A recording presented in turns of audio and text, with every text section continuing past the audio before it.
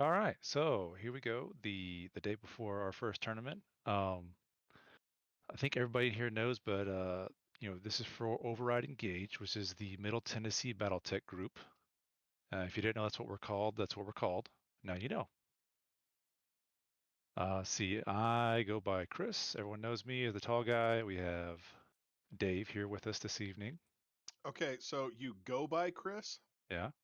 What are you actually called? What is your actual name if you go by Chris? Yeah. My actual name would be Christopher. Oh, okay. That's disappointing. But yes, hello everyone. My I was name is hoping your Dave. name was like Xavier or something like that, but you go by Chris just to be amongst us plebeians. Yes.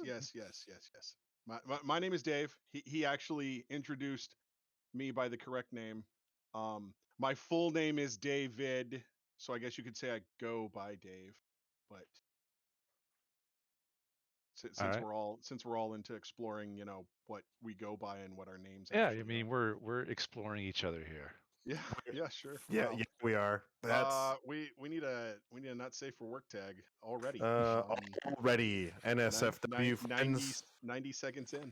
Don't play this around your boss. I mean, unless you're trying to get a raise. I mean, there's that. I am Kurt. I go by Kurt. It's pretty simple.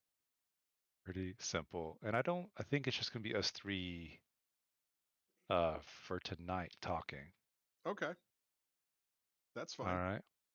Oh yeah, John muted himself. Huh. Well, Mm-hmm. that's all right. That's all I, right. I was just making I, sure you guys couldn't hear me rolling out laughter as we're you explaining know, the definition of Xavier.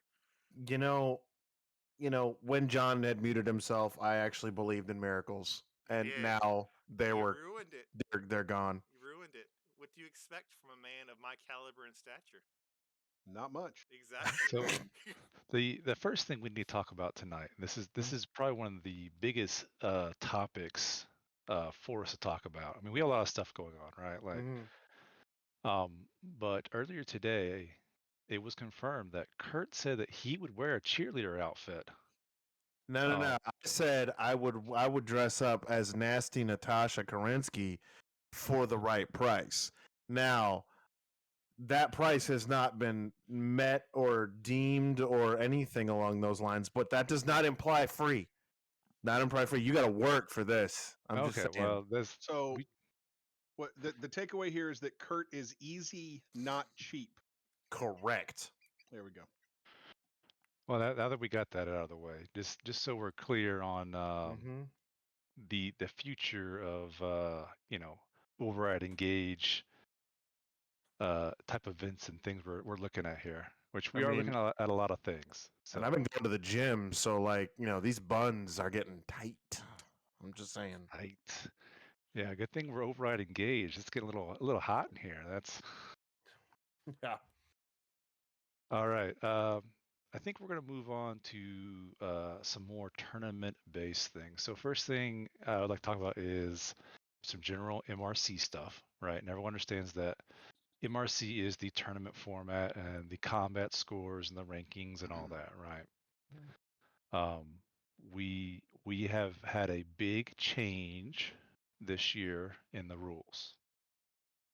So just want to make sure everyone's aware of that um, the scoring is completely different. Mm. It's all battle value based. There is no more running away, as was pointed out earlier by one of our people in chat. So you have to stay and fight. This first tournament is still just to stand up and fights and stuff like that. So, this is just about duking it out. But in later tournaments, we can expect objective play. So, Yes. so we'll have objectives, and also in later tournaments, we'll have we're doing a kind of a random map for this first one. But in later tournaments, we will also have more of a map pool that we will pull from for every tournament. So, And that will of course help people be able to train or practice whichever method you feel that is, so that you can have a good knowledge of what you might face in a tournament terrain wise, which I think I think is a good step for us moving into season 2 to really up the play level. because then we won't have a lot of those moments where people look at a map and go, "Oh my goodness, what do I do?" That's going to be a big thing, in my opinion. Except for me, I do that every game. Well, and Yeah, that's the thing that- is, I well- love that. I love the watching you guys, or even me, when it comes to me, going, well, shit, this map sucks. And then watching people try to use the terrain to their advantage. It's one of the things I really enjoy, well, at least enjoyed in season one. Watching the wheels spin in everyone at the same time. I thought that was I guess, a neat thing from as a tournament organizer to step back and see it and go, okay, I can see them now. I can see the hamsters working, and what they thought they were going to do is not going to work now, and how they improvise, adapt, and overcome. I don't know. But I'm really excited to try the map pool idea, though. I think it's going to be neat, and I also think it's going to allow us to fine-tune the maps to make sure we, i.e. me, does not pull a absolute terrible map on you guys, aka Waterworld. I'm terribly sorry about that. Never will happen again. I think Nothing. Waterworld was a good idea, but then once you get into the nitty gritty of the rules, it just turned out not good. Nothing's free in Waterworld. Nothing's free in Waterworld. So Go ahead. Now I was going to say Waterworld was actually, believe it or not, Waterworld is one of the ones that I think would be really, really fun to play on if we are ever doing a full-on combined arms list. Because yeah, you could get your money's worth out of like hover tanks and amphibious vehicles and stuff like that playing on like that Waterworld map. But for a pure mech fight, yeah, that one. I mean, you never had to worry about overheating. That was a bonus, I suppose. Naval vehicles, all naval vehicles, Yeah. just boats, lots of boats. All the boats. All right, we're going to go briefly over scoring and tournament settings, and how that relates to you guys gaining combat score for yourself for the MRC. So usually our tournaments here are 3 games played in a single day. Those games will be added cumulatively, so you will score them like we normally do, but with the tournament multiplier. So basically, if you destroy a mech, you get its battle value. If it's crippled and in force withdrawal, you get half its battle value, and you lose the battle value of your mechs that are destroyed or crippled. That's the super basic rundown of it. And then we put it through a lot of complicated math that these other guys can tell you is very complicated. Yes. And then it spits out numbers for us, and those are your points for your combat score. So in a tournament setting, we're going to actually add all 3 of those matches together, and that's how we figure out first, second, third, all that good thing for the tournament. But at the end of the tournament, those numbers get added directly to your MRC combat score. So you can get a big jump, and I expect most of our tournament players for tomorrow to move towards the top, as they'll get a big kick in combat score. The other thing that most of you guys will probably get would be faction points for your faction, which everyone's their own faction. We have our Comstar Overseer, we have our Angry Scottish guy, and many other factions here. But you'll also start gaining points towards those factions and gaining those faction ranks. So you guys can be the best faction person, and of course those points don't go away. So I mean, I want to be the very best, like no one ever was. But yeah, it's going to be interesting to see So, a question for you though, right? For scoring and our lovely friends at home. When you get the battle value for points, is that with or without C3 and tag tax? Are they getting the base battle value, or is it also those points being factored off of the actual tax that you pay on those chassis for those upgrades? it would be based off the tax. Okay. So final battle value. Final adjusted battle value. value. It's Yeah. based off Okay. the battle value you put in your list. Gotcha. Okay. Yeah. So the final battle value is what we're going off of here. So things like tag and C3 and stuff like that does boost that up, just like pilot skill and all that kind of stuff. So Okay, cool. Sweet. all right. So I think that's all the general stuff we have to go over. So now we get to talk about what everyone's here for, which is Shiver Moss, our operation, our tournament that is happening tomorrow. Yay! And there was much rejoicing. And there was much rejoicing. So, I think we've already gone over scoring and all that stuff. So I think it's time to get kind of down to the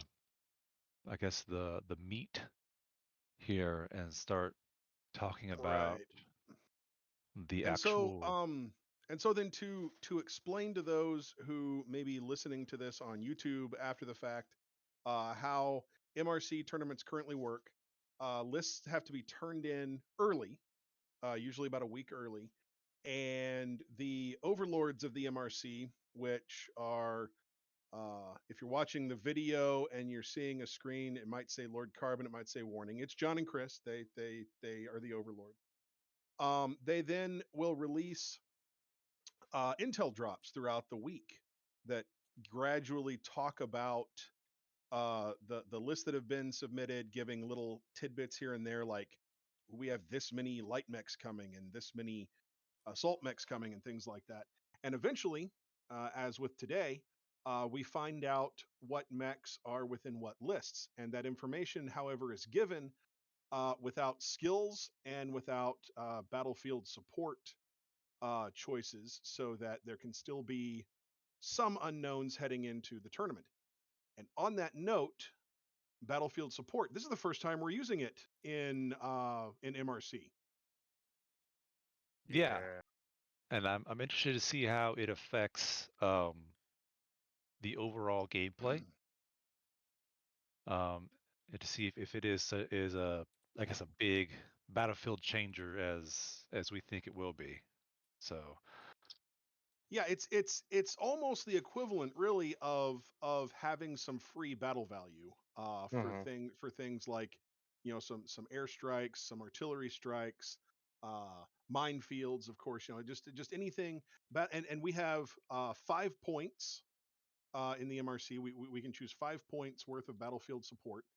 Um, Man, I will share something personal. I was skeptical about the idea when you first told me about it, but as I've gotten into it and we've gotten closer to this first tournament, I really have liked this step that we're experimenting with. I like this. yeah, I think I it'll be neat. Oh, go ahead. I'm sorry. No, I was gonna say I was just to piggyback off Dave there. I think incorporating the battle support elements is gonna be neat. However, the thing that I'm very curious about is to see what most people take. That's gonna be the thing that's gonna really be interesting to me, because in the handful of practice games that Dave and I have played, it's like, what'd you take? Oh, I took this. What'd you take? Oh, I took this. That's not going to factor in this game at all. And then I Hmm. got to thinking, like, oh, but what ones would be factoring in this game if we took them? Well, that's kind of the neat thing about what we did too. It's 5 points for the entire event, so it's 5 points you have to spread out between 3 different matches, right? So when you make your list, you have to kind of plan for what can I use these particular ones on what particular match. I mean, you may go through like you guys and not use any of them because they don't matter, but they're little tools we thought would be neat to change to kind of support the whole combined arms as we work towards a more combined arms thing. Because we've added battle armor into this season also. That will allow us to and simulate the overall feel of Battletech, where you have aerospace, you have artillery, you have minefields or whatever, the things we have. And that's one thing. As I was making a list, really thing is, okay, I have all this stuff, I could use it, but now I know I have to spread it out between 3 different matches. So do I dump it all, save it all for the last match and go for glory, or do I use it depending on what my opponent brings?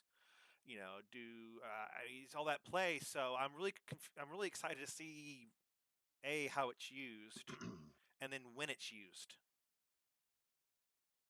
Yeah, just to kind of, we did have some confusion with it, so I wanted to try to just go over it here real fast for the people listening, right? And the way the battlefield support is like Dave said, we're allowing 5 points, right? And in the battle mech manual, and it may be listed elsewhere. This is where I know it's at. On page 78, there's a handy chart because it's Battletech and we love charts, right? And it has all of the different supports, and it has the cost in points. Each one of those supports cost, right? So, as an example here, an offensive light aerospace strike costs 2 points, right? And it has the rules and stuff listed here. Some of them are different. Some, like with the minefields and stuff like that. But just to go over it real fast, basically, offensive aerospace strikes allow you to basically pick a target and hit it with like a bombing run or something like that. Defensive aerospace strikes are your counter to that, so they prevent those, right? We do have light defensive and heavy defensive. There's artillery support, which artillery is, everyone knows what artillery is, but you can modify that with smoke or illumination. And we also have where you can have the minefield support, which is basically you have pre-game mines laid out and you know where they're at, but your enemy won't until they run into them. So that's just like a super quick rundown of them for the future. All right. Anything else about battlefield support? No, I mean it's going to be interesting because like one thing that I thought was a battlefield support that wasn't one, is going to be very difficult, very different. I guess would be the best way to put it. And that's the fact that there's no counter battery. So if they fire artillery at you, you can't shoot it back. Well, the That big is thing too is if you look at it, like, okay, yeah, you have artillery, but the way the artillery is you have to pre-pick 5 points at the beginning of the game, and even then you have to roll to even hit those points. Even with using aerospace assets, everything is still a dice roll. So even with minefields, Yeah. it's still a dice roll. So it's not like these things are set in stone still. So which I find is interesting.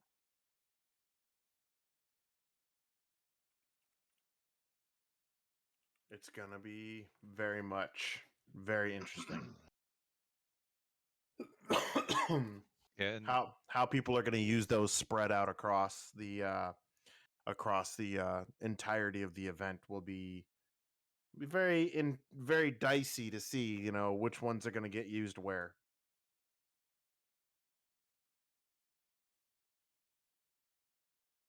all right. And I think, let's see, we've talked about battlefield support. Okay, so can we go ahead then and address that short I guess little typo? I mean, yeah, we can, because everyone who bought Battlefield support is in this chat room right now. So Right, okay. Okay. Yeah. I mean, There let's be, is a slight typo. So I was silent there for about 2 minutes because John really freaked me out.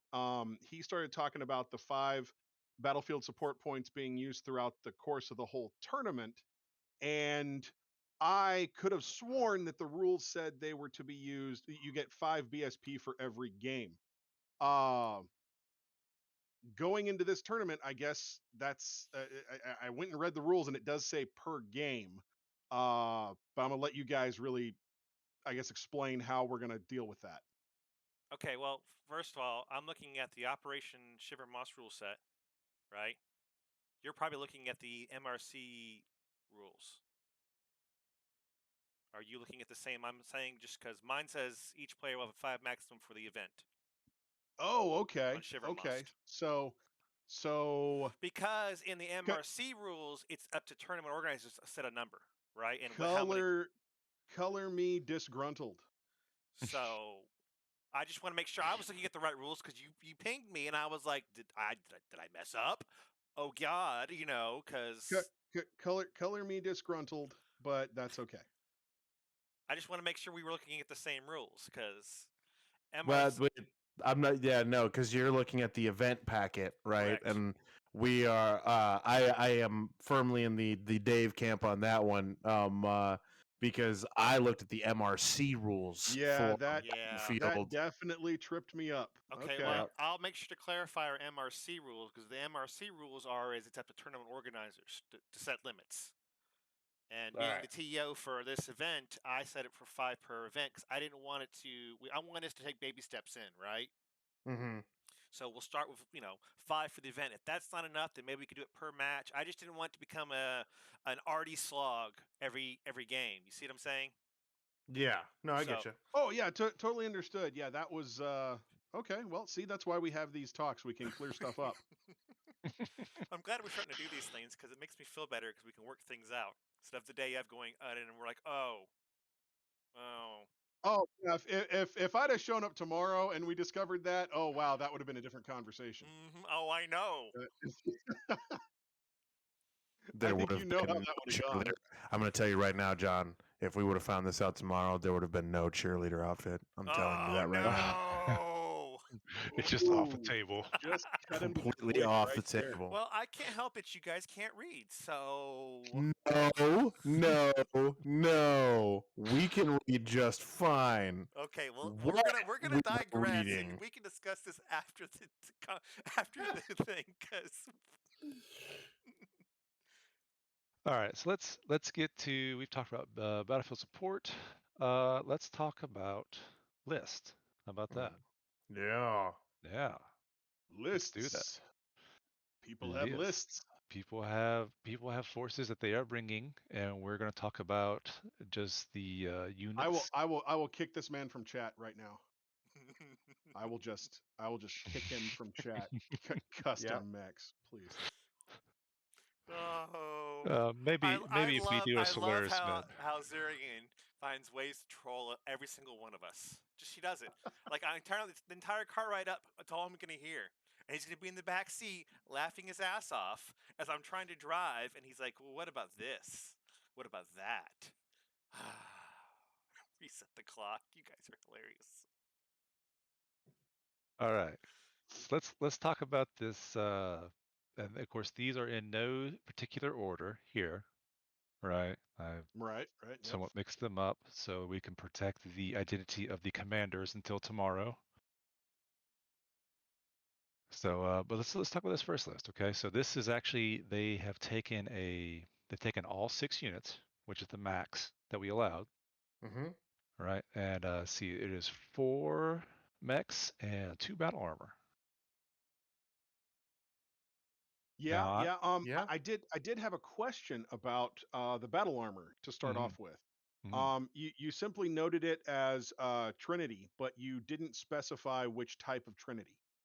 I did in my other notes, just not in this version. It's actually the Theseus. Okay. Ooh. Yeah, it's the Theseus MRR is the kind he's bringing, and that's my fault for not. I just forgot to copy it over. So No, that's fine.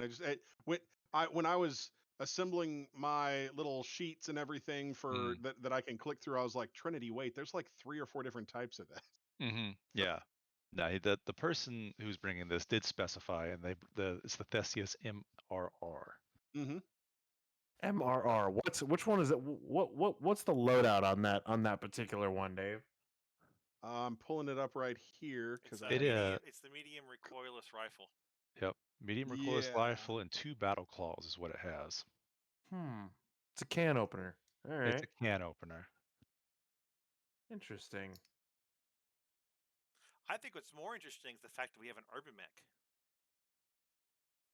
What's that? There's an Irby? No, Irbies are the gods of the BattleTech universe. Oh, that's right. You're one of those. Those short kings will freaking rule every battlefield that they are on. So here's what I will say about the urban mech in this list, because it's the R60L, which is just the simple AC-20 and a small laser. And it fits really well with the rest of the list, which if you look at, this is the Emperor 6A, a laser, let's see, 2 large lasers, 2 LB-10Xs, 2 medium pulse lasers, and a medium laser. Then with the oh my goodness, I'm not even gonna say it because I'm gonna be racist or something. That name. You Yeah, hang. yeah, yeah, that. And what I meant by that was I'm going to mispronounce it and people will be mad, and I really don't want people to be mad. This one has the Gauss rifle, an ER large laser, 6 ER medium lasers, an ECM, and a Beagle probe. And then we've got a stalker as well. I won't comment on stalkers because they're pieces of trash. And No, don't. Oh, Yeah, come I on. do. I do like this stalker loadout though, with the it has all the medium lasers for something up close, the 2 LRM-10s, 2 SRM-6s, and he can load all that with NARC because it's got a NARC missile beacon. yep. Um, and that could maybe even help out. What is it? I thought something else. Oh no, nothing else has any missiles. I thought something No, did. but it does It will help it his. does pair well with the you hang you hang, I don't know You the Huang. you Hua- the UMEC, Yeah. the the UMEC. It pairs well with it because with that Gauss rifle and that large laser, they can both play at range, whereas the Emperor and the uh, Urban Mech can brawl a bit. What's interesting to me is what he's going to do with that battle armor. What the plan is with it, because it actually doesn't have any. It can't piggyback on anybody. Yeah. If my personal take on this is basically he's got 3 big heavies or assaults technically. The Emperor, the Yuhang, and the Stalker are just going to death ball, and the Urban and the Trinities are basically your support. We saw a lot in season 1 of a lot of mechs. We had a lot of backstabber lights. My guess is those are that's his, hopefully his screening force to try to keep those from murdering the backs of his big old boys. Well, See, my thing is how's he going to get those across those that battle armor across the table? That's what I'm going to be interested to see. well, the neat thing with this Trinity medium battle armor is it actually has a walking speed of 3, so it can actually keep up with pretty much all these mechs. That is Hmm. interesting. Yeah, that's a pretty good point. Yeah. Over 15 turns, 3 hexes, that gets you places. Yeah. Yeah. That's true. That is true. Yeah. And And that's Are so they? Those ones aren't jump, are they? they don't have any jumping, no. Okay. But what I'm saying is the list looks like to me it's he's gonna post up or walk in one big blob, and the bottom half of his list is there is the anti-flanker, anti-striker deterrent. Say we had a lot of scaramuses last season, and things like that, and fire moths, and I think the Trinities and the Urban Mech are there to scare them away. Whether they do that or not, I don't know. We'll have to see. But that's looking at this list. That's what it looks stands out to me. Is basically that heavy lifting will be done by the assaults, with the support being the Urban Mech and the Trinities. Yeah. Yeah. I could see that. Mhm. It's definitely going to be a lot to chew through. I think that um uh for this list, that's probably going to be more of one of those forced withdrawals what you're going for to try and deal with this one, because you're probably going to be pretty hard pressed to actually eliminate entire units. Yeah, That's just my take. no, I would agree with that. And something to keep in mind for people that don't know with these battle armors, 2 battle armor units, is that they get an innate +1 to hit because they are battle armor. So they're rocking 8 points of armor plus the trooper, so that's 9 damage with an innate +1 to hit. So they could probably take a couple hits. So they're not to be taken lightly, for sure. I know a lot of people think infantry or battle armor and kind of laugh it off, especially when it comes to battle mechs, but it's definitely something to keep in mind. Yeah. And these training beam battle mars, they can swarm, they can leg attack, right? So that's also something for people to keep in mind when they're fighting them, that they can jump all over you just like elementals and do some nasty stuff. Keep your distance. Keep your distance. Don't look like you're trying to keep your distance. But keep your fly casual. Yeah. A casual. All right, let's move on to the next list here. This one is serious. Can you declare a charge against battle armor? I'm not sure if you can declare a charge against battle armor. I do not believe you can. I don't have the book in front of me at the moment, so don't quote me, but I don't think that is a legal attack. Yeah, I think I would agree with that simply because battle armor and a battle mech can occupy the same hex. So they will just step away. Yeah. All right. So our next list here is extremely straightforward. It is simply a pair of night stars, which are can be quite scary. Mm-hmm. Oh yes. And a pair of Clint's. I mean, they've already got two of the best mechs in the entire freaking Battletech universe. So, I mean, they got a leg up going. So for those following at home, real quick, these are the Nightstar 9Js and the Clint 6Ss. Mm-hmm. Yeah, and what I like about the Clint that they're using is that it has really great mobility, walking 7, running 11, and it has a good mix. It's got 2 ER large lasers, 2 ER medium lasers, and an ER small laser, and it has the heat sinks to cycle firing the 2 ER large lasers every other turn. For a mech of its tonnage and a mech of its speed, that can actually be quite a big punch. So they're protecting their night stars, and I get that. They're looking for the night stars to be the big turrets with 2 Gauss rifles and an ERPPC backed up with some lasers. You can't beat that kind of fire base. Yeah. Yeah, I don't think I necessarily have anything to add because it seems like a pretty solid list. That's a solid lance. Two big heavies with 2 fast movers that are able to kind of intercept and hit any type of flanking attack or something like that. Except those Clint's, they really do have a big punch with those all those ER lasers, the 2 large lasers, the 2 medium lasers. If they need to worry about heat, that's quite a bit of damage for something that's going to try to move in and flank. So yeah, it's going to be a tough nut to crack for whoever comes up against it. That is definitely for sure. Shadow, we are getting into talking about lists, and we just finished up our conversation of a 2 Nightstar, 2 Clint list. That should be a nice little just fire base that's tough to crack. So yeah, moving on then. yes, moving on is a very mixed match of mechs here, in my opinion. We have 2 Chargers actually. But they're 2 separate models. It's the Charger SA5 and the Charger 3KR. And then we have a Viper Prime thrown in there. And then we have 2 Wasp 1S.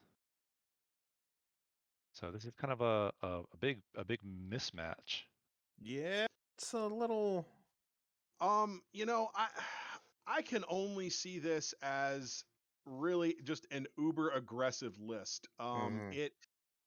It is trying to get in your face as soon as possible and trying to make it a knife fight. Basically, you've got both the Chargers with speed increasing abilities, the triple strength Myomer on the 3KR, and then the mask on the SA5. So you are definitely looking to get in range. They've got the weapons for it.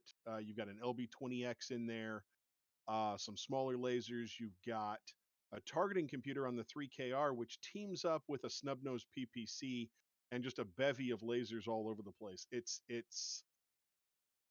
an in-your-face list that is looking to be aggressive, and I think the Viper and the Wasp turn into a harassing unit that make it so that anybody going against the list has to decide, okay, do I make any effort to try to take care of the two Wasps and the Viper, or concentrate on the Chargers that are, for lack of a better term, charging right at me at a high rate of speed? So it's one of those Sophie's choice. Like, you don't really have a good option list Like if you're going against it. I'm looking at this and I'm kind of wondering why the Viper, because like I mean, not mathing it out right now, I'm not mathing it out to death right now or whatnot, but it's that whole like it it feels, the Viper feels very out of place like in this No, list. I disagree actually. The Viper is a light hunter in its prime configuration. You're gonna see Stelia Contos music intensifies. Yes, It's coming exactly. Yeah, from so far the away. the Chargers are just gonna come at you until you stop them. But anyway, back to the Viper. No, it's got the maneuverability, it's got the speed, and it's got a couple medium pulse lasers and an SRM4 and machine guns. It is going to transition in the mid game into intercepting enemy lights that are going for the Chargers. That's the way I see it being played. Hmm. Um, I think it's actually a well thought out pick for this list. Yeah, I can see the Wasp maybe being your flanking units, your harassers, right? To make the big uglies on the enemy side, just think twice, right?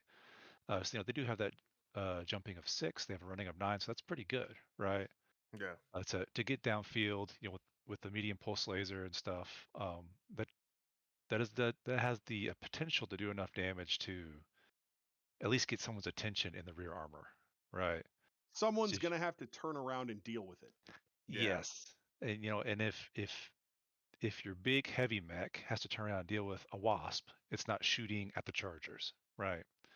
And I do agree. I think maybe the Viper there is to cover the Chargers um, as they as they charge in, because I honestly I don't see them doing anything else other than running at somebody, especially one with the sword.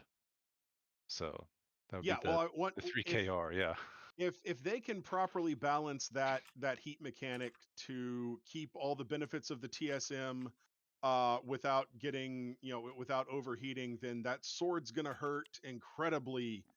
Just it's going to be the blow that ends the game. Hmm.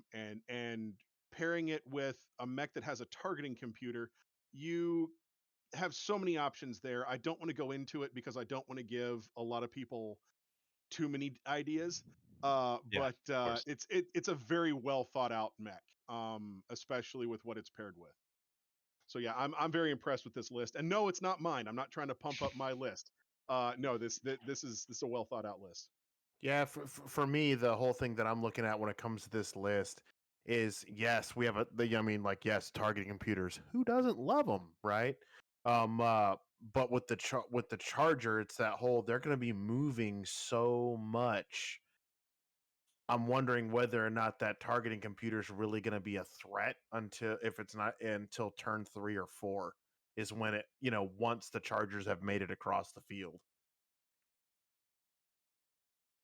It may take a couple turns because this is a very brawly list. Like Yeah. you're not going to be hitting someone from across the field, and hopefully the terrain will give them some cover.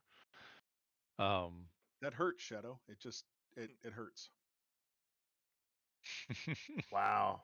And all Wow. you and all you people who, yeah, Mm-hmm. Yeah. All right. Yeah, Well, I'm looking forward to seeing you tomorrow too. Yeah. Hmm. Uh-huh. let's move on to our next list here. We have 4 mechs here. All right, and this is I think what we you usually see at our MRC tournaments. It's a mix of some big heavy uglies with a fast light. Yeah, it's a very interesting loadout. I'm looking at the so it's a Highlander, a Grand Titan, a Longbow, and a Scarabus. And we've seen Scarabuses before. Interesting to point out that this is the non-TSM Scarabus. Yeah. Um, So this is the 9A for those keeping up at home. yeah, it's the Scarabus 9A. And the other thing that I find interesting about this list is that it is the HGN 734 Highlander, which is the one that is basically kitted out for brawling and urban combat. It has an LB-20X and some Streak missile launchers Yeah. instead of So that standard Gauss rifle is what I was saying. yes, Yeah. it's lost all of its kind of long range punch there. Yeah, I think it's longest range weapon. Yeah, I'm looking at the sheet here. It looks like an ER large laser. Hmm. So yeah, it's definitely geared toward closing, which seems to, I have to admit, with the exception of that Nightstar list, this list just kind of adds to the people want to go up and brawl at the moment. It seems. Yeah. The Grand Titan, if you look at it, it's the 11M. It is re-geared once again. It's lost that long-range missile launcher, and even though it does have I'm seeing here the light Gauss and that ERPPC. It has a lot of pulse lasers and streaks on it. So And once again, it wants to close. yeah, so you basically have three brawly mechs, which we're all very familiar with the Scarabus at this point, with how brawly it can be, even without using those melee attacks. It's still a very brawly mech with its lasers and stuff like that. Oh yeah, it's and I think one of the most interesting things about the 9A is that if you're not worried about balancing that TSM, then the Scarabus can really push itself. Hmm. And that's something that is interesting as well. And I will point out, which is probably the thing that shocks me the most about this list, is if everybody at home is following along, this is the Longbow LGB-8V, which according to the record sheet is armed with Arrow 4 launchers. Yeah, that whenever that was first turned into me, I thought that was very interesting choice because that's something that we haven't seen before in any of our tournaments is those Arrow 4 launchers, and they do have some unique rules in order to use them, right? But they have that 20 damage potential, Yeah. which is a big hit. But they Yeah, I mean, yeah, require the tag to actually guide them in. Like they can't be guided in without some type of or tag designation. So or to get really lucky and have someone stay on the hex that they're coming in on. Uh, Yeah. yeah, that's so I suppose if you can engineer that a mech is fallen down and can't move for some reason, you don't need a tag. But yeah, it definitely does beg the question. Um, what is that longbow going to be doing during the game? Causing Uh, pilot checks every turn. well, I mean, the cool thing about it is if you think about the damage it can lay out, it's the equivalent of two AC-20s, but from the map away. Yeah. Like And that's like the like that to me just is the whole thing of like, oh, congratulations, it's turn 2. Start making your pilot checks. Why? Because you're right. getting touched in your no-no square from across the map Well, every turn. and so how I see this list being piloted, as I do my commentary on how I see people bringing it in, um, to get to the longbow, you're gonna have to thread the needle between the Highlander and the Grand Titan, which is not going to be easy because Mhm. they will be a threat if you try to pass them. And then you have to deal with the Scarabus wherever it may be. It has the speed to be just about anywhere. Yeah. It can be tagging one round and then chopping the next round. So it's a very interesting list. I think it's based on uh making the opponent make a move. Yeah, which I think is something similar to the last list we saw. Like it's making those hard choices, right? right, and So yeah, are you going to deal with the potential damage output of those Arrow 4 launchers, or are you just going to try to punch through, the Highlander and the Grand Titan, and just not worry about those Arrow 4 launchers? yeah, that's a lot of armor to chew through, no matter what you do. Oh yeah, definitely. So it's definitely going to be interesting. Okay. Oh, that list dropped out, so we don't have to talk about that list. No, we But don't that have. was a damn good list, though. Yeah, It was a good list, and at the end we can always go back to it if we that's do want true. to talk about That's it. true. Okay, so I guess that would bring us on to this next list that has 5 units in it, 3 mechs and 2 units of elementals. Hmm. Mm-hmm. Yeah, this is actually our only clan player. So as we discussed earlier in our chat, we have 8 Inner players and 1 clan player Yep. coming, and this is our 1 clan player. So Yeah, everybody knows I have a penchant for the clans as well. I'm Yeah. going through a phase. Uh, so And we all have them. We all have them. yeah, I'd be rocking clanners myself, but I mean, I'm going through a phase. right. Well, the jihad allows for people to go through phases. So Yeah, sure does. that's the cool thing about this era. But it's not a phase, Mom. It's a lifestyle. Well, the teenager would say Yeah. that.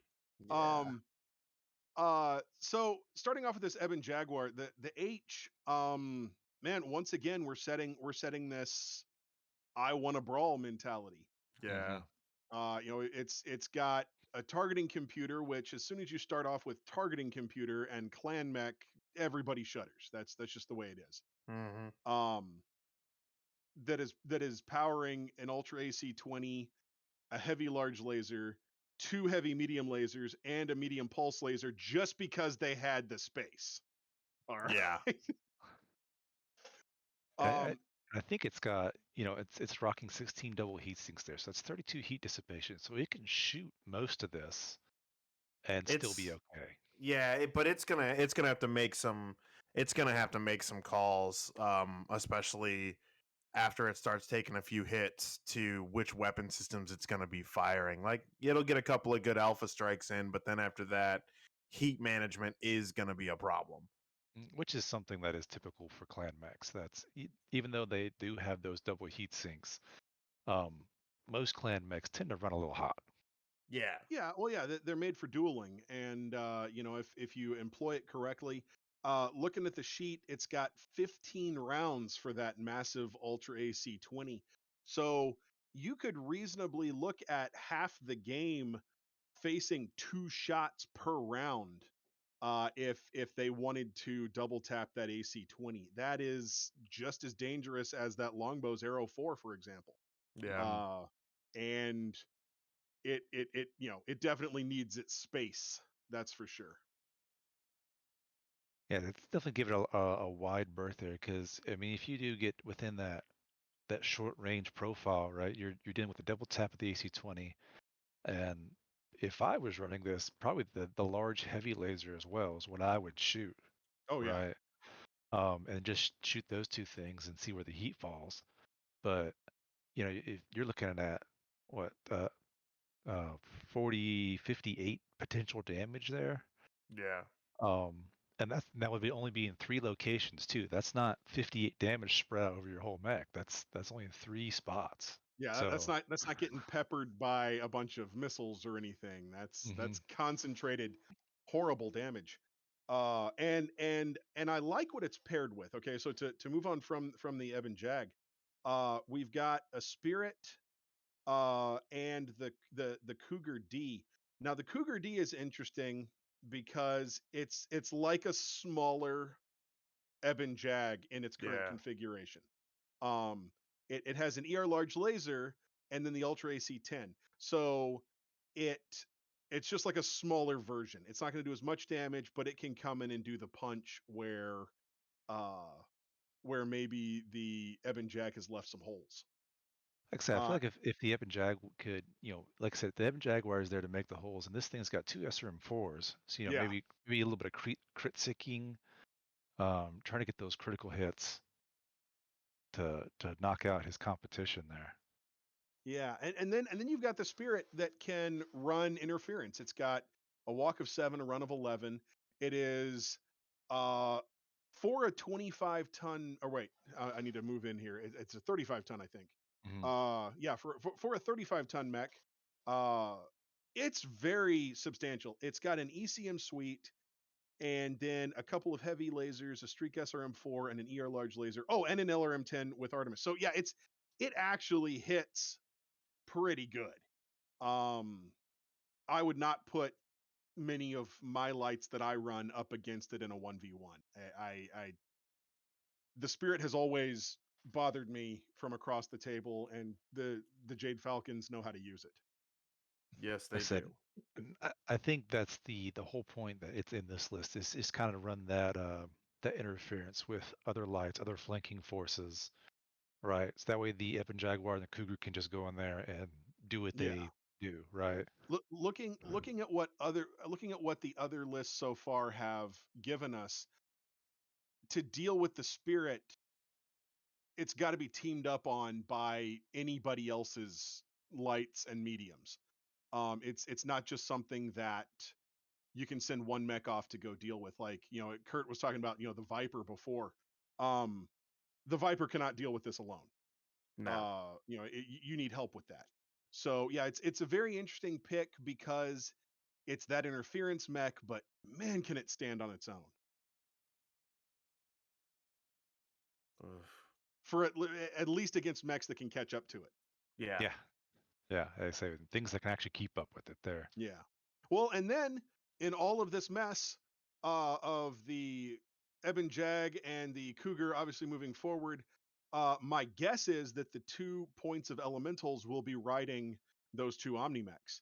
Oh yeah. Yeah, And I'd almost forgotten about the elementals. Yeah, right, there is. yeah, don't Mhm. forget about the elementals. That's not yeah, that's not a smart thing to do.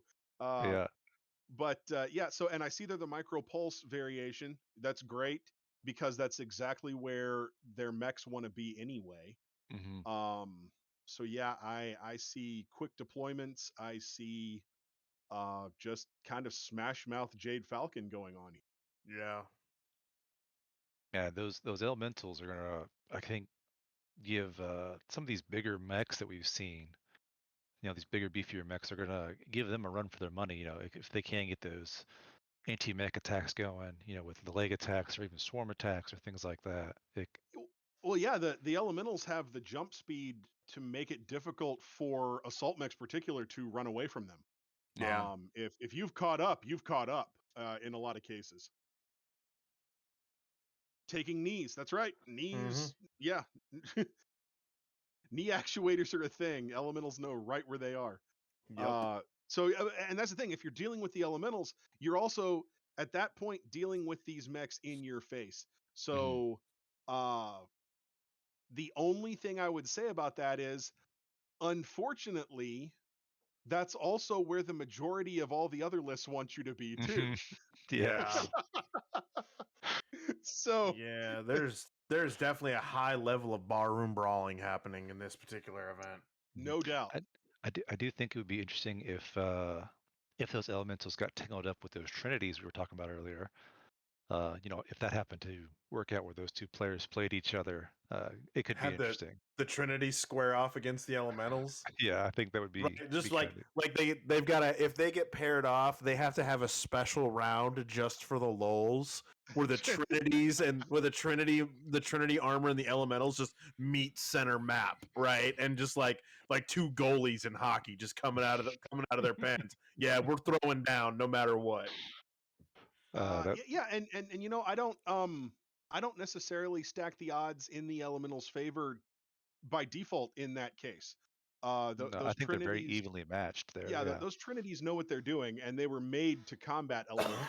So it could be a good match if they happen to meet in the tournament. All right. On that note, I am Of course, having turned in a list for this tournament, obviously I had the power to change this, but just 2 lists with battle armor. Yeah. Interesting. That's I think I'm going to leave it at that. Just interesting. Mhm. I really expected people to jump all over it as much as it was talked up last season. Of course, this is our first event, so I'm sure that the tune will change probably dramatically after everyone sees how it kind of plays out. Well, yeah, John, that's a good point. I think the general gist that I've gotten from what have we covered, about half of the list so far? Yeah. Yeah, just Yeah. just Yep. about half the list. The gist I'm actually getting from a lot of these makeups is that the MRC player base right now moving into season 2 is feeling each other out. We are all hedging a bet here or there to try to figure out what everybody else is doing and where the mindsets are. Which is interesting to see because we're kind of doing that as a player base. Yeah.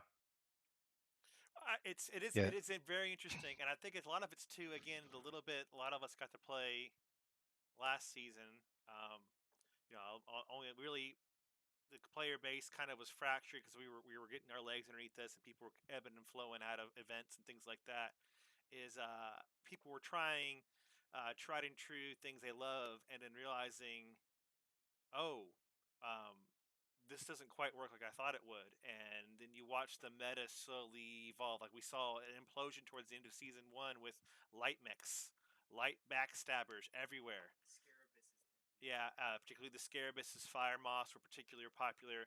And then now you're looking at these lists, what we've seen so far is you see almost counters to that built in with certain mechs, even the larger mechs, with the big guns. Everyone's playing, I won't say cautiously, but everyone's, like you said, hedging their bets on whether or not they're going to deal with just pure something they've never seen before or what. Yeah, there's a whole lot of all-rounder mentality at the moment. Um, no one so far, and of course, we could find it a little bit different in the lists ahead, but I doubt it. I'll tell you that. Um, we, we I feel like we're seeing just everybody going as all round as they can and not really diving down one particular tactical method, uh, just to try to see where everybody else is at. And that's going to be very interesting because these are mechs and lists on paper right now, and so once they hit the table, we could see some change. Well, yeah. I Also, think oh, go ahead. sorry. No, I was just gonna say I think one of the other factors is too is that like I mean we increased the overall battle value by 1,000, right?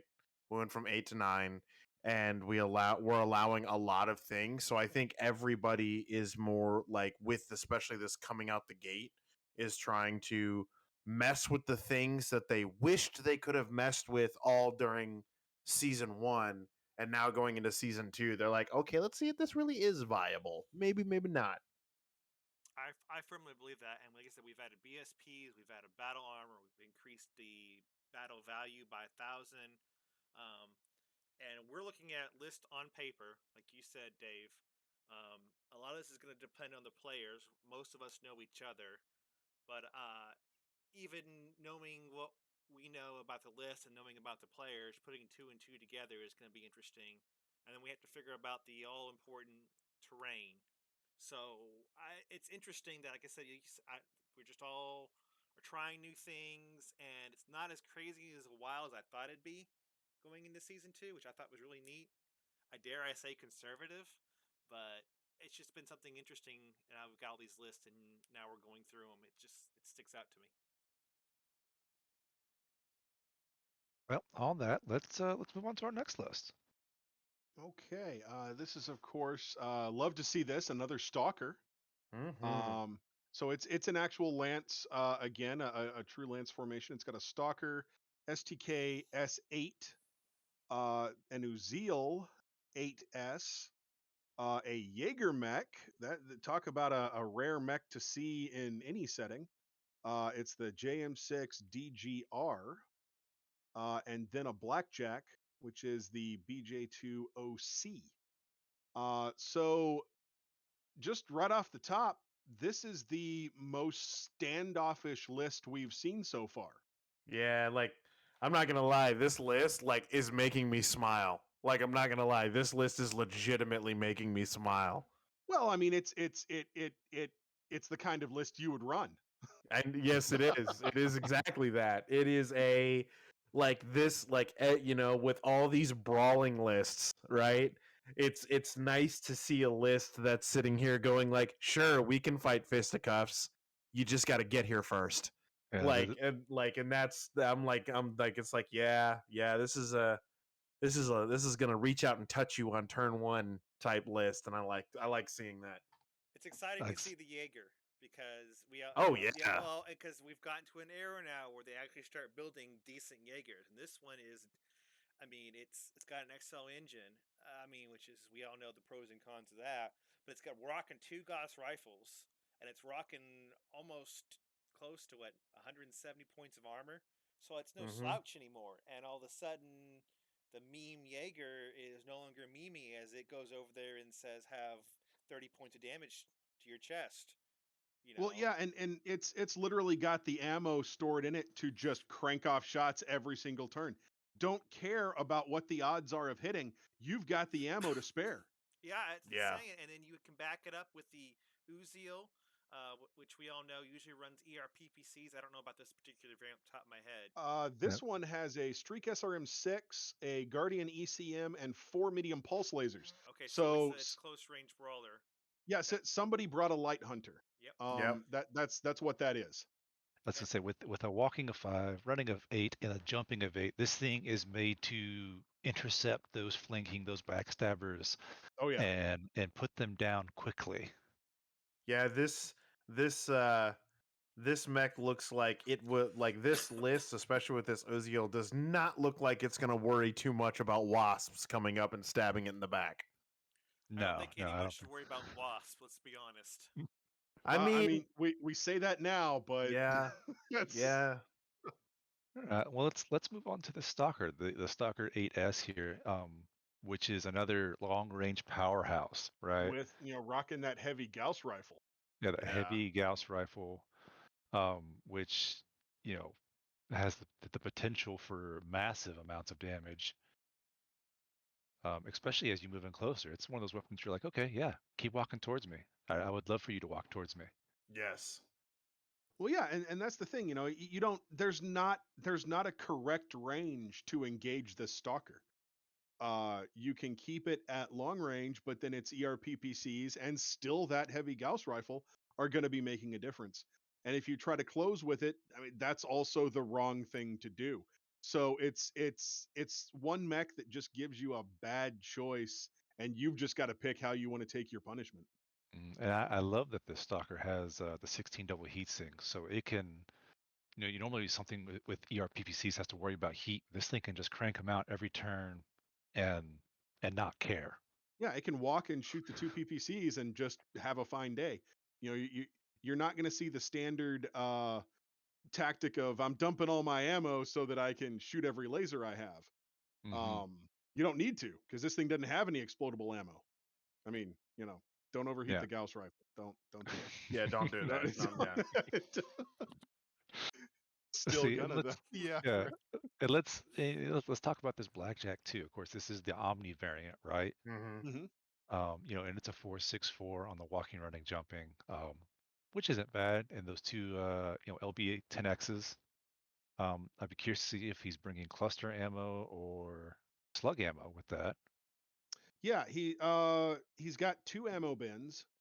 Um so it it's an interesting thing to see if he wants to keep with that slug because in my opinion the slug would work better with the list.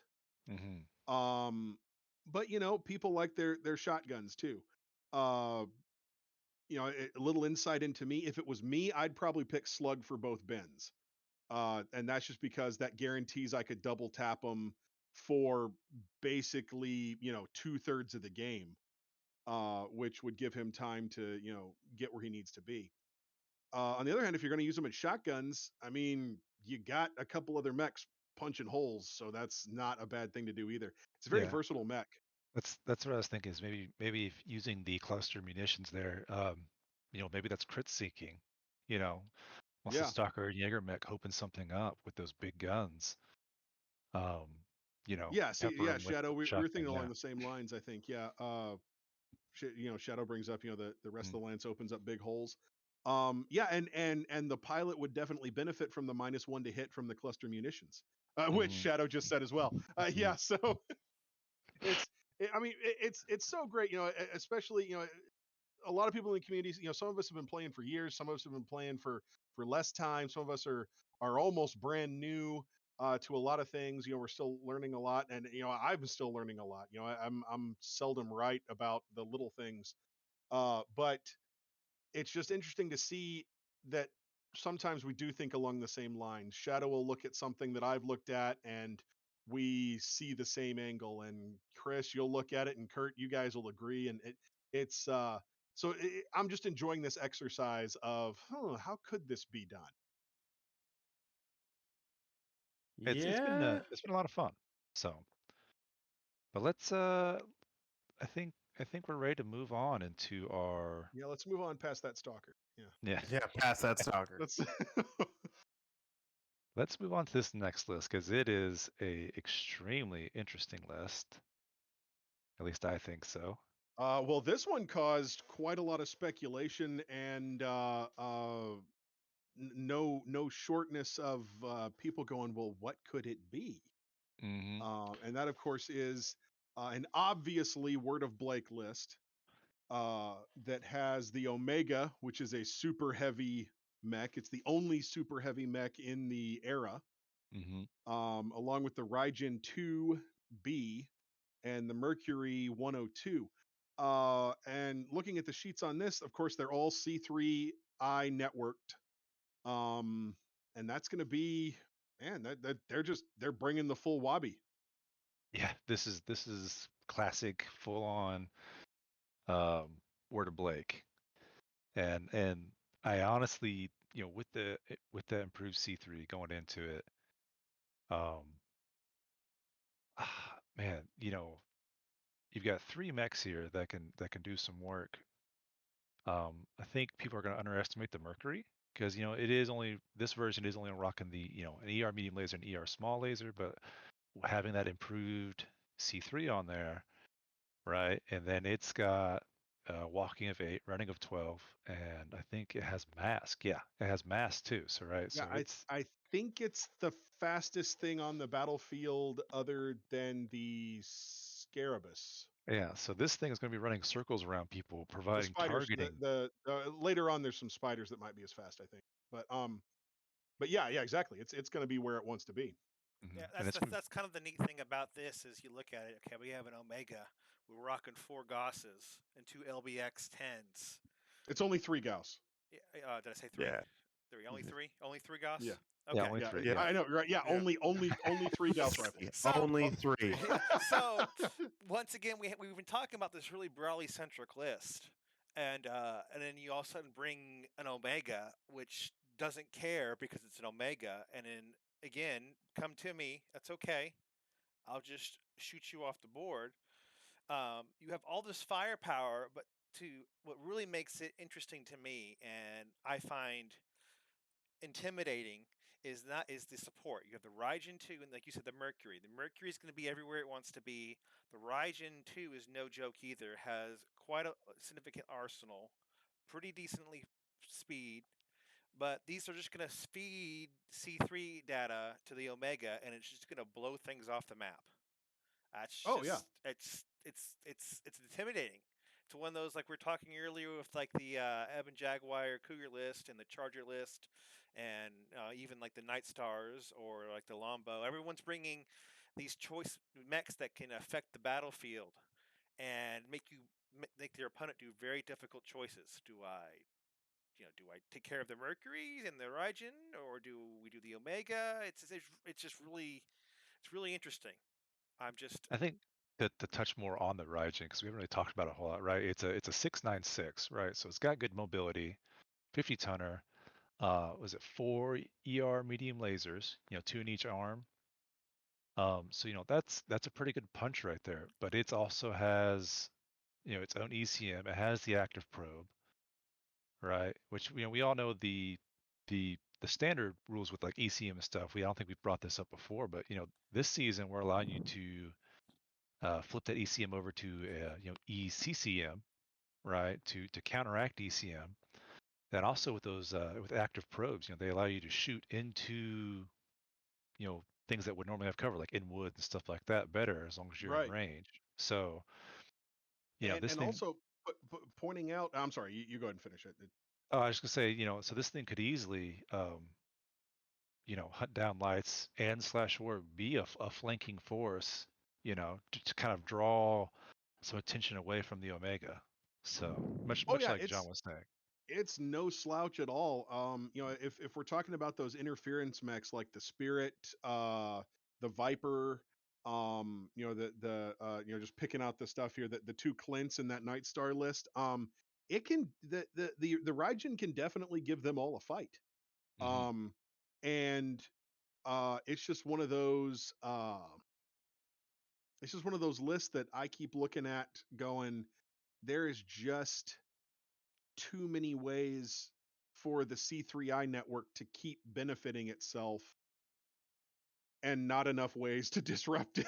So it's Well, Yeah, when we've gotten lucky with, this player's really gotten lucky that so far none of the lists we have a whole lot of ECM. I mean, looking at this list, probably making it. It was probably a big gamble because even with the ECCM of the Raijin, all it would take is just a couple ECMs, and you've really lost a huge advantage of this list. And it's been beneficial so far. What we've been previewing, that they're not going to have to worry about that critical flaw.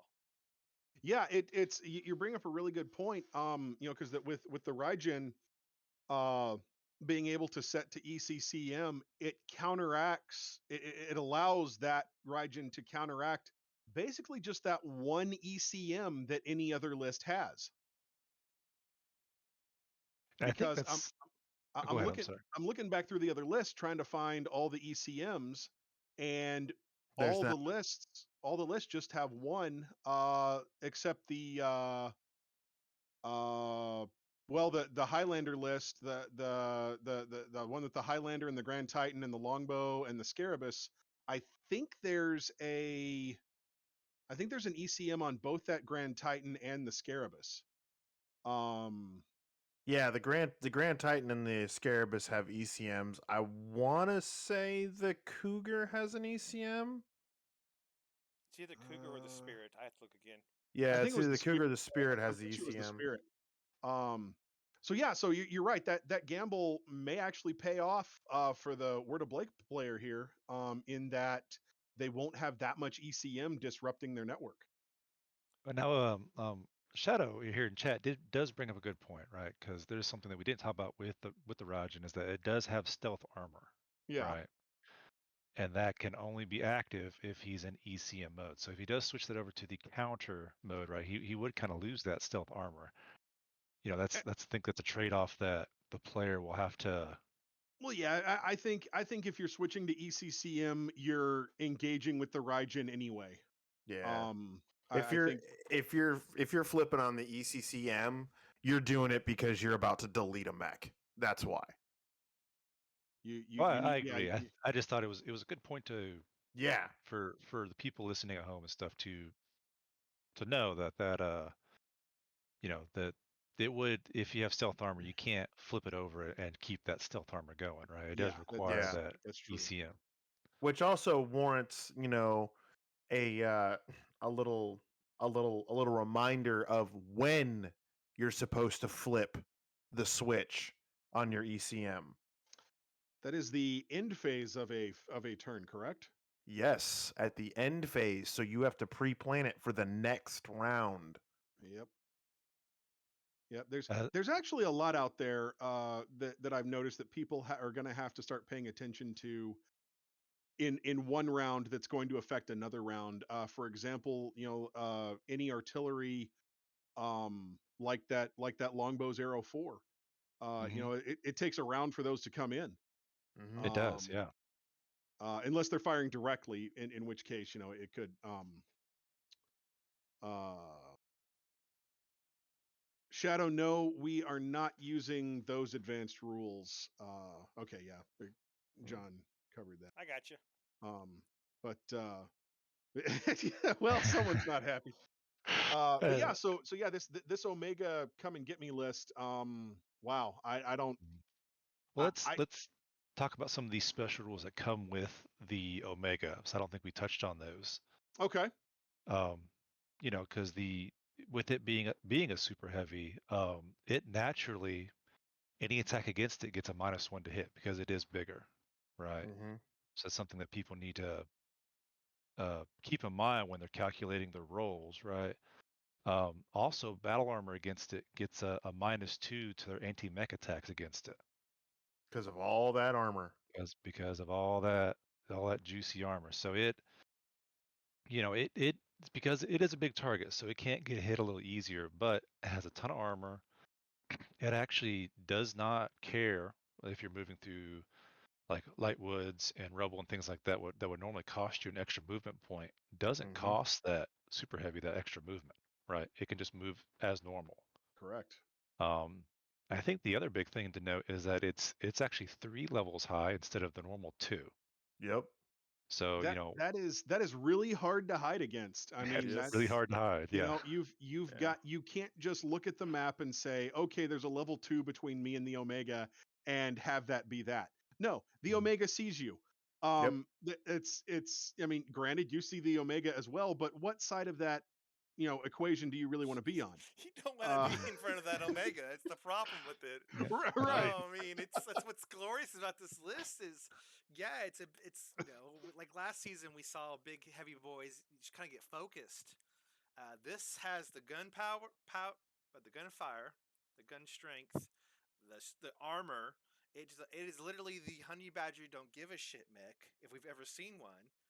And then you're backing it up with 2 angry, very angry fast boys. It's just, this list is just, it's spooky. And I think it's worth noting, right? I think it is worth noting that those giant freaking cannons that it has on turn 1, it can literally touch anywhere on the map.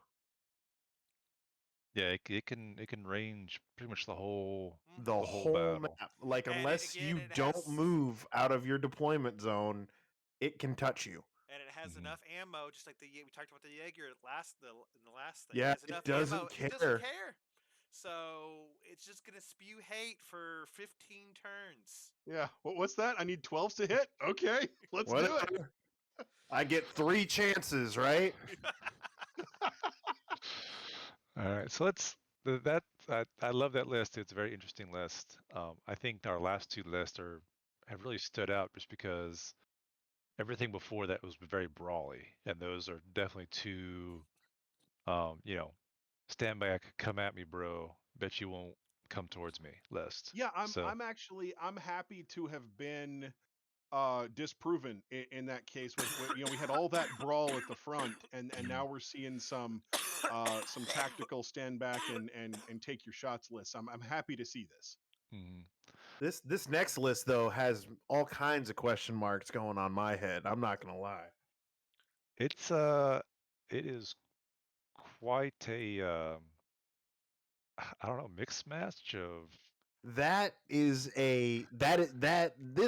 next list like is just a I don't have to be accurate as long as I hurl enough bullets at you.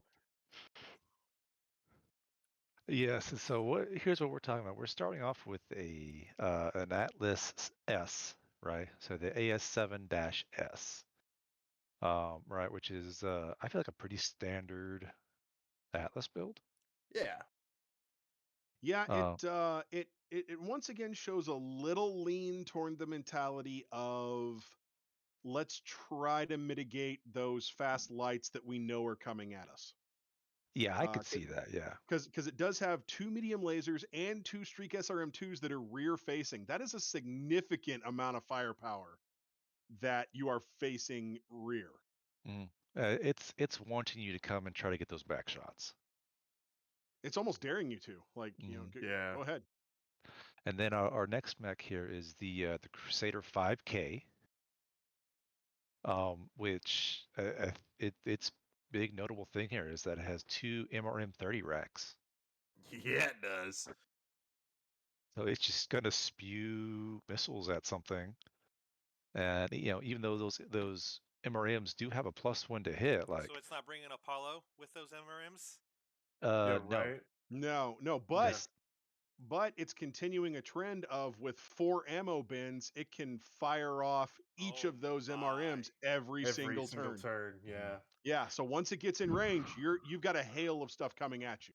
and that's a lot of points of damage, Well, I could say Um, on average, if those MRMs do hit, that's roughly 20 missiles. That's roughly 200 points of damage. Yeah. Man. So, and then it does still have some 2 medium pulse lasers and 2 regular medium lasers in there for when things get a little close. So, and the only thing I'm worried about is that those MRMs are in the arms, so if those arms do get blown off, he's losing most of that firepower Well, there. but then it has the free heat to use its lasers, so That's true. That is true. I'm a sucker for a Crusader, so like this mech is it's just awesome. I mean, a Brawly Crusader, sign me up. John, it's a Crusader, not No, an no. awesome. Ha ha! God, we've made it an hour and a half about making that joke. Moving on, because there are 6 units in this list, so he maxed it out, right? Yeah, this is a big list. Yeah, and a lot of big armor in it. So the next guy we got here is the Archer 4M, which again to me screams classic Archer, right? It's got those 2 LRM-20s with the Artemis 4, and then the 4 medium lasers.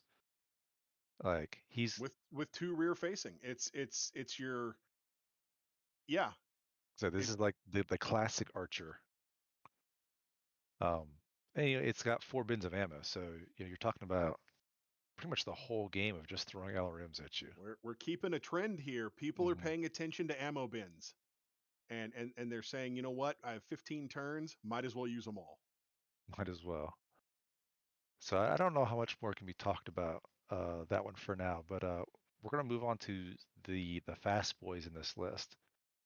All right, and there are 2 Spiders 8Xs in this list, 2 of them, Makes me right? so happy. And these guys have an 8-12-10 profile. That 10 jumping is very impressive to me, because Yeah. you're jumping 9 to 10 every turn. That's going to be that's at least a +4, right? +4, +5, something like that. Off the top of my head, I think it's +5 now that I think about it. With 10, yeah, 10 is the threshold for +4, I believe, or no, 11 is. Where's a chart? Anybody have a chart? Anyway, yeah, they're gonna be hard to hit. Yes. And they're only rocking the 2 medium pulse lasers, but these guys are going to get behind something Well, and just and there's keep a jumping pair of them. around. Like Yeah. anytime you pair up something like this, it immediately becomes a threat. Yeah, I think people are gonna find these guys in their backfield a lot, kind of having almost battlefield control, right? Because Yeah. he has enough units here that he can kind of control where he wants your guys to go. Yeah, Yeah, go ahead. Oh, I was just gonna say, yeah, he can, because he's it. I don't want to say that, like, I don't want to say this list has throwaway units, but if he gets down somebody, like if he loses a mech, it's not as detrimental as it would be to some of these other lists. Mm-hmm. Now, you want to know what's interesting though is that uh these spiders are not the actual dangerous fast movers in this list. They're definitely going to have a battlefield presence, but Mm-hmm. and I'm assuming it's a typo. I'm assuming the next list is a Raven 3M. It is. That's Okay. on there. Yeah. Because there is no 3N. No. But the reason why I wanted to move along to that is there's a tactical awareness here from this list that I very much admire, because the Raven 3M has a narc missile beacon. Mhm. Yes, it does. All right. And yes, there are some downsides to a couple of the things with the list. You know, it would rob the archer of its Artemis if it really took advantage of it, or fired indirectly. But there's so many missile options now available to the archer, and then the Atlas with its LRM-20, because a lot of people forget that that an Atlas rocks an LRM-20, Mhm. and that's not a small missile rack. That is not. No, it's not. Yeah, so you're thinking maybe they just won't use the Artemis on the Archer and just have everything narc equipped. Well, I think I think that because I'm just saying it's an option. It's, you know, they could be using the Raven for more disruption, but it has to be noted that with the narc there, the options are to use the archer as an indirect fire threat, which of course takes it out of immediate threat from any enemies. So yeah, it's a very standoffish, very, you know, I've got options list. Well, even if they don't use that, there's always that threat. Once you're narked, you always have that in your back of your mind. Is okay. When is the blotting out the sun coming? Because usually when you see a narc, it goes hand in hand. So Yep. I mean, you still have that factor of, we talked about battlefield control. Just another tool you can use to put battlefield control on mechs. You know, with that threat of you, okay, you're in cover, but are you in cover? I mean, and this particular Raven has its own LRM-15 as well, so it's not like, you know, it has the speed to narc you and then speed around and just, like, you know, say, hey, I'm going to ruin your day for, you know, the rest of that game. Oh yeah. I like it. I like it a lot. You know, and there are just so many more options here too. It's a tactically flexible list that has to be given some real props for simply being as flexible as it is. How that flexibility is going to play out per game is very interesting, because, and I'll point this out for clarification, um, I do believe MRC rules are that the ammo type being used has to be stated like for the entire tournament, correct? But yeah, they can't be changed from game to game. From It's got game to to game, be, yeah. yeah, it's got to be the same throughout the entire tournament. So the archer is a little more pinned in, but I could see anything from deciding to go full narc guided, you know, full semi guided, or even, you know, or not semi guided, but rather narc missiles, or splitting the ammo bins. Say, you know, this ammo bin, you know, half the ammo bins are Artemis and half the ammo bins are narc guided.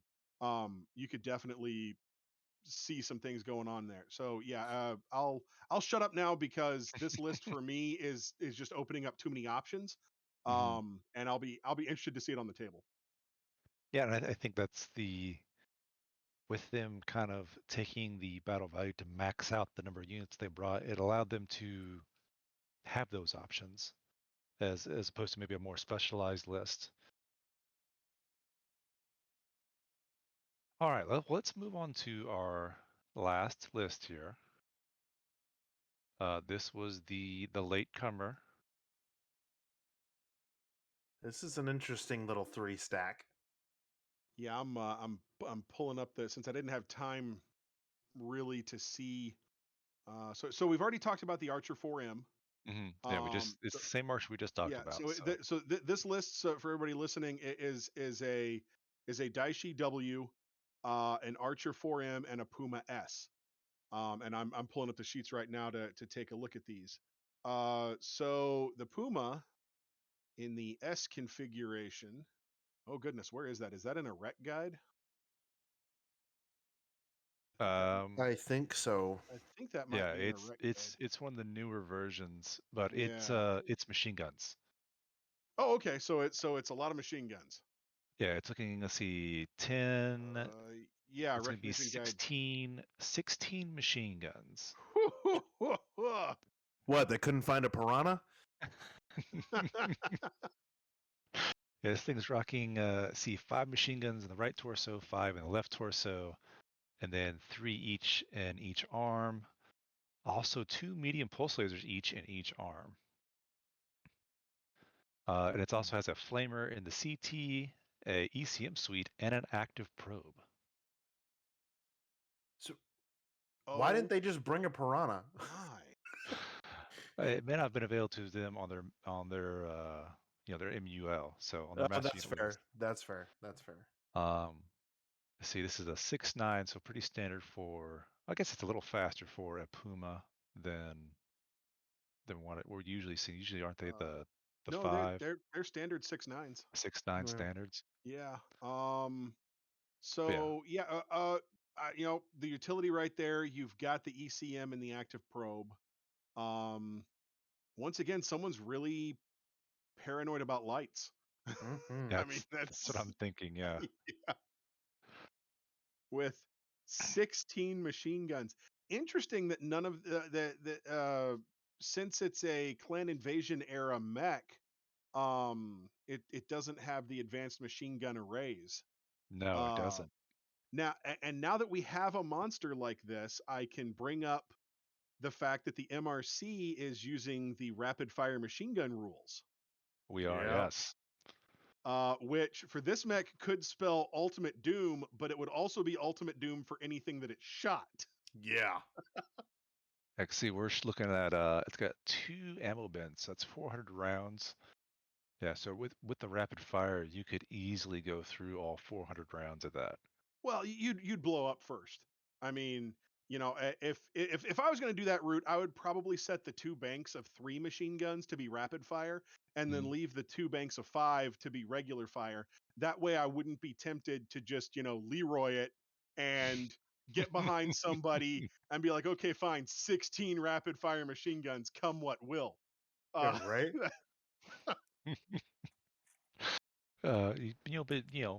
Risk versus reward there. Oh So yeah, yeah. It could punch far above its weight class with Yeah. with the right rapid fire rolls. But you will be losing your Puma at that point. yeah, Like There's that just is true. like this Puma just screams like Leroy oh Jenkins. yeah, yeah. No doubt about that. Let's talk about the Daiashi, or the dire The wolf, as some the, people. the Daishi, yeah. So So this this is is, the W Mhm. configuration. Hello.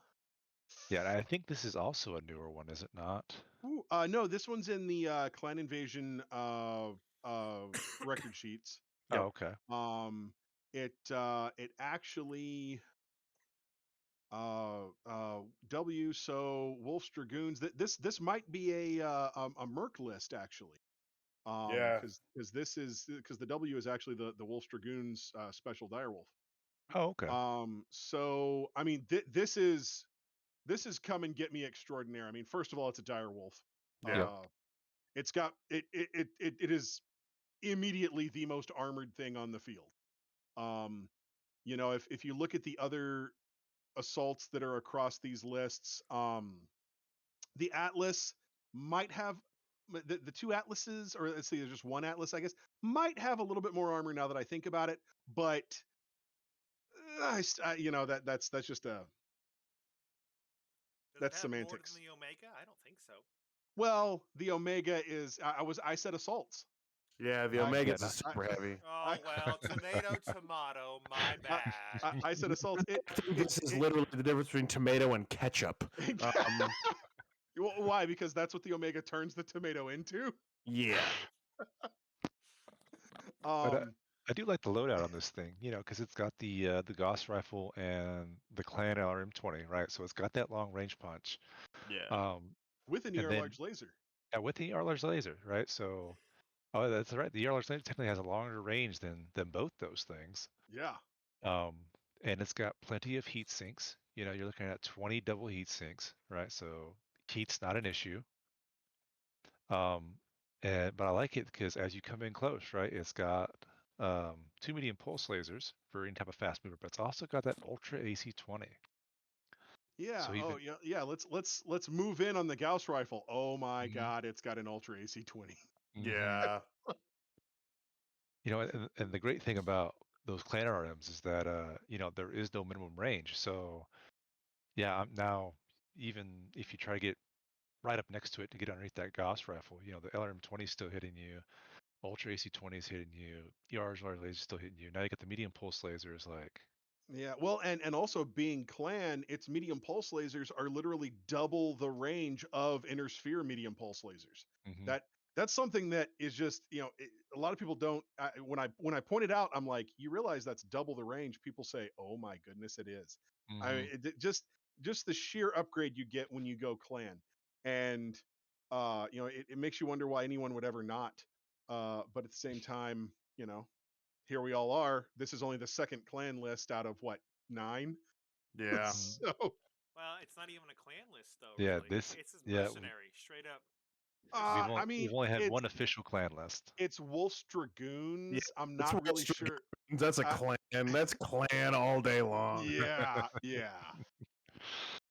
I'm looking at the criticals in here. It's got what, 3 ammo bins for the Gauss, so 4, um 4 ammo bins. That's right, 4 ammo 4. bins for the Gauss. It So it can shoot the Gauss rifle every single turn for 2 games straight. and yeah, just not care. Yeah. Good lord. Um, the only thing I think you would have to worry about running this list would probably be your UAC 20. You've only got, if you're double tapping, that's only 5 rounds. Um, but by the time you get in a range to use it, I think Make them count. that's going to be enough ammo. You don't Yeah, cuz you won't have a yeah, that bunch of this hanging around. because you've got the heat sinks. If it's posted up properly, you're firing the Gauss, the ER large, and the LRM-20 every single round. You don't care about the heat. You don't care about the ammo. If they want to close range, then you get to fire your fancy ultra cannon, your ultra auto cannon. But man, who's going to make it that close? hmm Yeah, no kidding. Well, because who wants to deal with that Puma when they do? Like, And say, keep in mind, we still have another Archer 4M in this list as well, right? So it's got the two yeah, LRM-20s with Artemis. Now those are Innersphere launchers as opposed to Clam, but still, that's a lot more. There's still some more long distance damage coming at you. The 4 medium lasers. It's yeah. Operative word on tries, Shadow, for what tries to get close. I mean, if you can survive the Gauss rifle, the air large laser, the LRM-20s, and then the Archer also shooting its LRMs, if you can survive that long, first of all, congratulations, you have survived the gauntlet. Second, then you get the privilege of facing down an Ultra Auto Cannon 20, all the while trying to take down a direwolf. No, this is a beast. It is a monster. It um it is maybe the one thing that has been taken that can go a few rounds trading slugs with the Omega and stand toe to toe for a little bit. Yeah, I like it. Even I even do. if you did turn in late. Yeah. Well, they were obviously thinking that they needed the time to think, and Yeah. they thought well. So, Um, question Yes. on that one. Mhm. What is the penalty for turning in late? They will be docked 10 points off their final match score every match. Ooh, Yeah. that's So that's that's actually pretty steep. All right. mhm. Yeah. So the overall for the whole tournament, he will actually lose 30 points total. is that so? That is after the tournament multiplier or before the tournament multiplier? That would be after the tournament After. multiplier. Okay. All right. Yeah. So not terribly steep, but it still could That could. affect placement. Yeah. Okay. Okay. All right. Interesting. Well, All right. so then all we have to do now is decide if 30 points is worth the extra time to turn it Yeah. in late. Yeah. Right.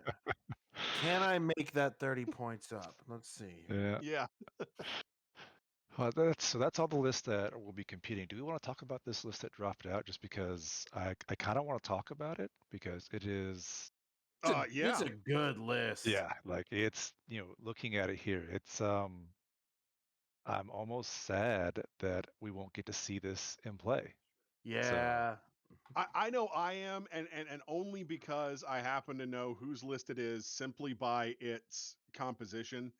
Um, he has played this list against me several times and is an absolute beast with it. I am sorry that you all will not get to feel the pain that I have felt. He's got like one. This list has like one of my favorite inner sphere friggin' mechs, and I'm just sitting here like, oh, I So want to see that on the table.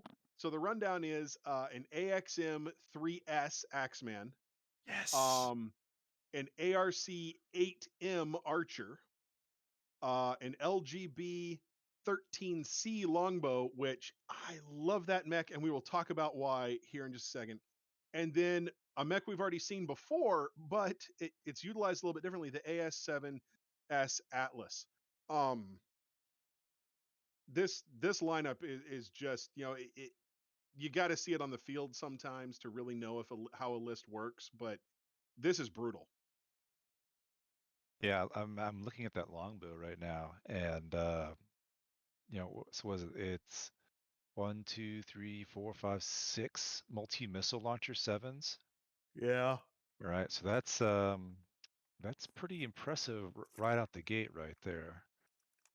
Yeah, you know, the only downside to it is that it doesn't have the heat sinks to fire all of them every turn, but it can stagger fire and kind of recover. The most dangerous thing about it is, okay, it's a missile boat that's going to throw near 50 damage at you at range. And if you close range with it, it'll just switch to SRMs on all those MML7s. Yeah. I say, and Yeah. it's got the ammo bins for it down here too. You know, you're talking about 3 LRM and 3 SRMs. So, you know, plenty to throw around. Yeah, it's design-wise, the 13C is a departure from regular longbows. Usually longbows just do not have the ammo bins to stay in a fight, but this one, it wants to be in the fight. And and closing with it is not good. Staying at range with it is not good. Especially when you factor in who is running beside it. That, of course, being primarily the Axeman threat, because using that as an enforcer for all of these assault mechs is just great. Yeah. Yeah, I think this is one of my favorite Axeman models too, right? Because it's got those 3 ER medium lasers, that, you know, LB20X, and it's also got ECM on there, you know, and of course the built-in hatchet, which everyone loves. But I think it's other options besides that hatchet really make it a threat as well. Without a doubt. Yeah, it's Yeah. Oh, I mean, I'm just sitting here looking at like I don't even know what I would do to deal with this list. I'm not right. even. I'm not sure what I would do with this. Right. What's your approach here? Oh, I'll close in with it. Oh, wait a second. That's an Atlas and an Axeman. Yeah. You know, and let's see, I'm trying to pull up the sheet here because I know this Archer. You know, honestly, it's not even the Atlas or the Axeman that I'm worried about. It's the freaking longbow switching over to SRMs on everything. Like, one round it fires everything. Yeah, I did not overstate that threat right there. That is amazing. Let's see, pulling up that Archer as well, which is the 8M. It's rocking with the 2 LRM-15s with Artemis 4, then 3 ER medium lasers and an ER large. Yeah, and what I like about this one is that it has turned its laser threat into something that you actually have to pay attention to. Yeah. You know, once you get within that minimum range of its LRMs, it can then bring a lot of lasers online that you don't want to see. Yeah, and I think that, you know, using those ER variants, you know, by the time you're coming into the minimum range of those LRMs, you're already you're in the medium range, or if not the short range, you know, for the ER large, but for those ER mediums, you're already in medium range, right? So you can't even sit in that sweet spot where you're in the minimum range of the LRMs or the long range of regular medium lasers, right? So Yeah. Yeah, no, you've pegged that one. There's no safe range to engage this one. Which I think builds on the theme.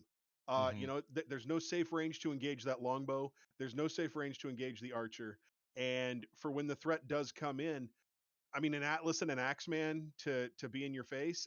It's you know, it's a lot of big, burly, in your face, and it is tough because that's a lot of armor. That's a lot of armor.